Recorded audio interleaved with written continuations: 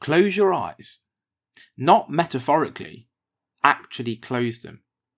Just for a moment. You're standing alone in an open field at dawn. The sky is grey-blue, undecided. The air is cold enough to sharpen your thoughts. Your breath drifts in front of you like smoke from a hidden fire. There is no one else here.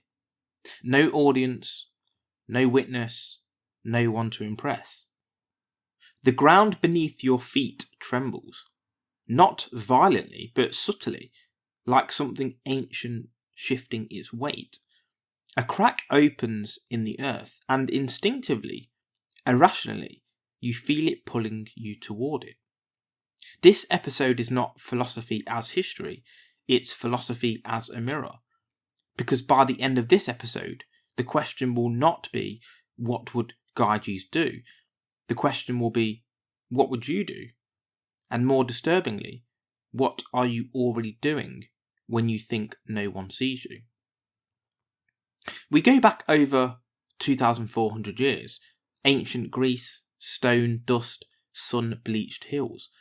A world without cameras, without digital records, where reputation was survival. In Plato's Republic, Glaucon presents a story to Socrates, not because he believes it, but because it threatens everything Socrates claims about justice. You are a shepherd, not noble, not powerful, just a man who watches sheep and obeys orders. One day, after a violent storm, the earth splits open beneath your flock. A chasm yawns open like a mouth. You climb down. Inside the earth, lit by torchlight, you find something impossible. A hollow bronze horse. Inside it, a corpse far larger than any man, and on its finger, a ring. You take it, and days later, among other shepherds, you idly twist the ring on your finger, and suddenly silence. You speak, no one reacts. You wave your arms, nothing. You twist the ring back, they see you again. That's when it hits you. The ring doesn't make you invisible, it removes consequence. You test it, you sneak into places forbidden to you, you listen to conversations never meant for your ears, you cross thresholds you never could before, and eventually you seduce the queen, you murder the king, and you take the throne. Not because you are strong, but because you are unseen. Plato ends the story there. And the glosson turns the knife. Glosson says this: if two rings existed, one given to a just man, and the other to an unjust man, both would behave the same. Why? Because justice, he argues, is not virtue, it's fear. Fear of punishment, fear of reputation loss, fear of being exposed. Remove those fears and morality collapses. Justice, Glosson claims, is a costume we wear because society forces us to. Take it off and the animal emerges. Now pause, let the discomfort settle, because this isn't an abstract argument. It's aimed directly at you. Because imagine this, you wake up tomorrow morning and you are invisible. No cameras, no digital footprint, no consequences, ever.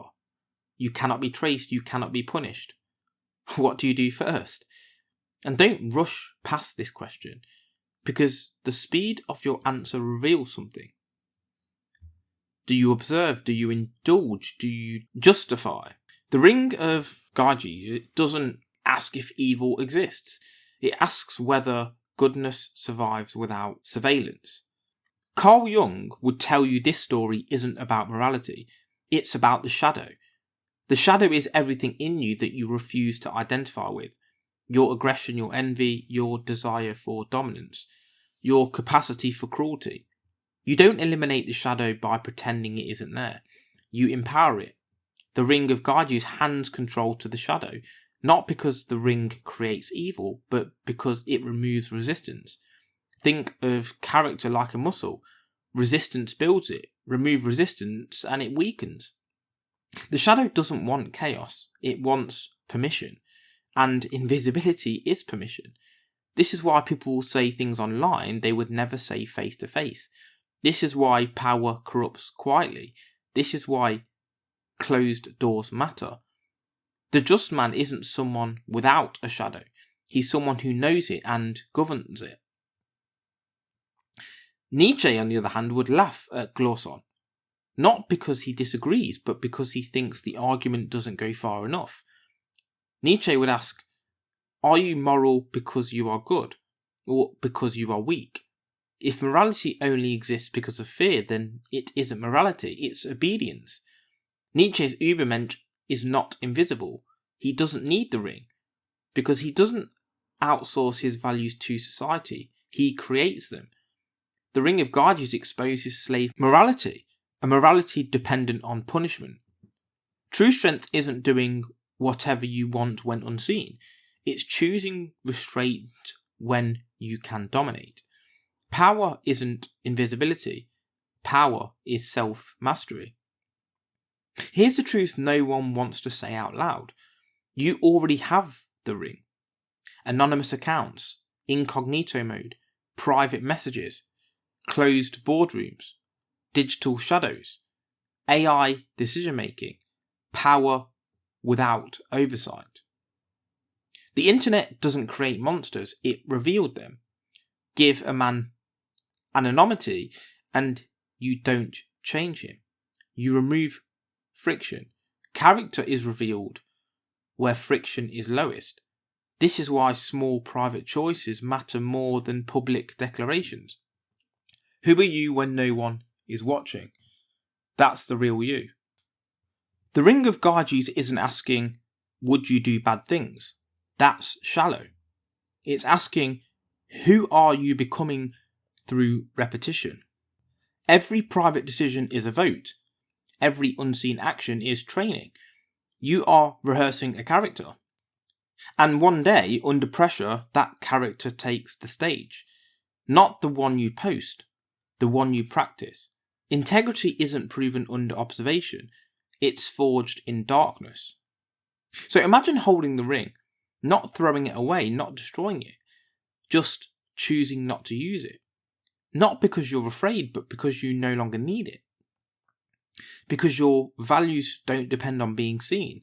That is the highest form of freedom, not invisibility, integrity. So if this episode challenged you, good. That discomfort is the sound of growth. So make sure you comment, subscribe and like. It helps this message reach people who need to hear it. So ask yourself tonight, alone, honestly, who am I when no one is watching? So this episode is sponsored by Strong Coffee Company, protein-packed coffee for energy and clarity. Use code Vancrux1 for 20% off at strongcoffeecompany.com. And then there's more labs, clinically proven hydration and recovery drinks. Use code Vancrux1 for 25% off at morelabs.com. And finally, liquor gummies, electrolytes and vitamins for hangover prevention. Use code Vancrux1 for 20% off at liquor.com. That's liquure.com.